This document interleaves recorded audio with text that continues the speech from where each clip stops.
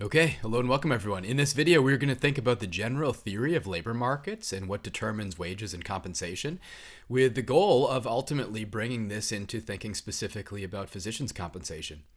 So the standard economic theory of labor markets is going to think of marginal productivity as a key determinant of wages. The basic idea is you want to think of, if you hire one additional worker, how much additional output in terms of like the measurable final goods or services are they going to produce.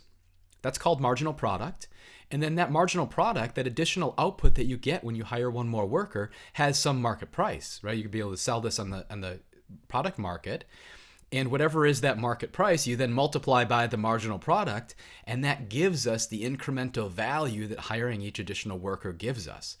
So if you think of like a landscaping business, you've got one worker and one truck, good, you can mow some lawns. But if you hire an additional worker, you have somebody who can ride around on the lawnmower mowing while the first one takes a break.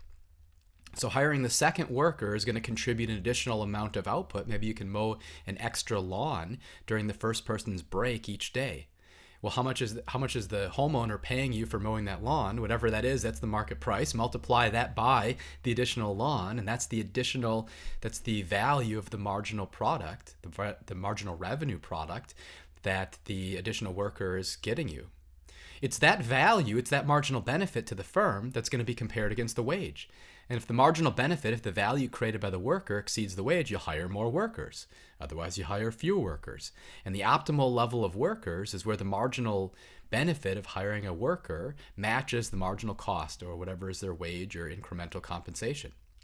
So this says, because productivity determines wages, higher productivity, meaning greater marginal product, is translated into greater demand for labor services, and then in turn higher wages, right? Because if you can produce more, they can sell more, and then that's got value. And so we'd want to hire more workers, more of the productive workers. Thinking about input pricing now, thinking about labor as an input into the production of goods and services, there's something that's really important when we're thinking about input pricing, thinking about the price of an input or the demand for labor relative to the demand for other things. First off, the input's marginal contribution to the production process really determines its demand. So you have a couple different ways to produce output. You can use labor or you can use capital, and whichever one's going to have the greater, whatever is the marginal productivity, the additional output that each can produce, is going to correspond directly to its productivity and ultimately how much you'd want to pay to be able to hire on another unit of labor, another unit of capital. So productivity relative to how much output can be generated is important for the demand for that input. The other important difference between input demand and product demand is the fact that, well, the inputs are not directly consumed, even by the producer that's using those inputs. So what really matters in terms of the amount of the input that the firm wants to hire is how much of the output is demanded. So depending on like how many haircuts is demanded in a particular region is going to drive the demand for the number of hairstylists, right? Even the salon doesn't have any demand for hairstylists apart from the demand for customers who want haircuts. It's the fact that you've got a lot of customers who want haircuts that mean you're going to hire another stylist. Same thing for medicine.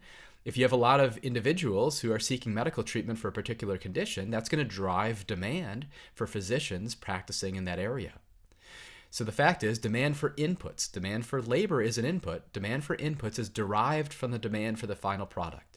Demand for physicians' labor is going to be driven by the demand for the health care that they're providing. So that's important as we're thinking about the way that inputs reflect pricing of the ultimate production of whatever is the final good. In terms of the demand for input, specifically if we're thinking about physicians, well, there's human capital investment. This is relevant because the human capital investment, the pursuing schooling, is really important to increase somebody's productivity. So what this does is this increases the productivity of the individual physician or the individual who becomes a physician, and therefore increases the demand for their labor, other things equal. One thing to pay attention to is that the investment in medical education is super costly. So it also really matters the expected payoff that person is anticipating in the future as to whether or not they actually want to pursue medical school. So if there's declining physicians' wages, we might expect several years down the road, there's going to be fewer people who want to be physicians or want to go into that area.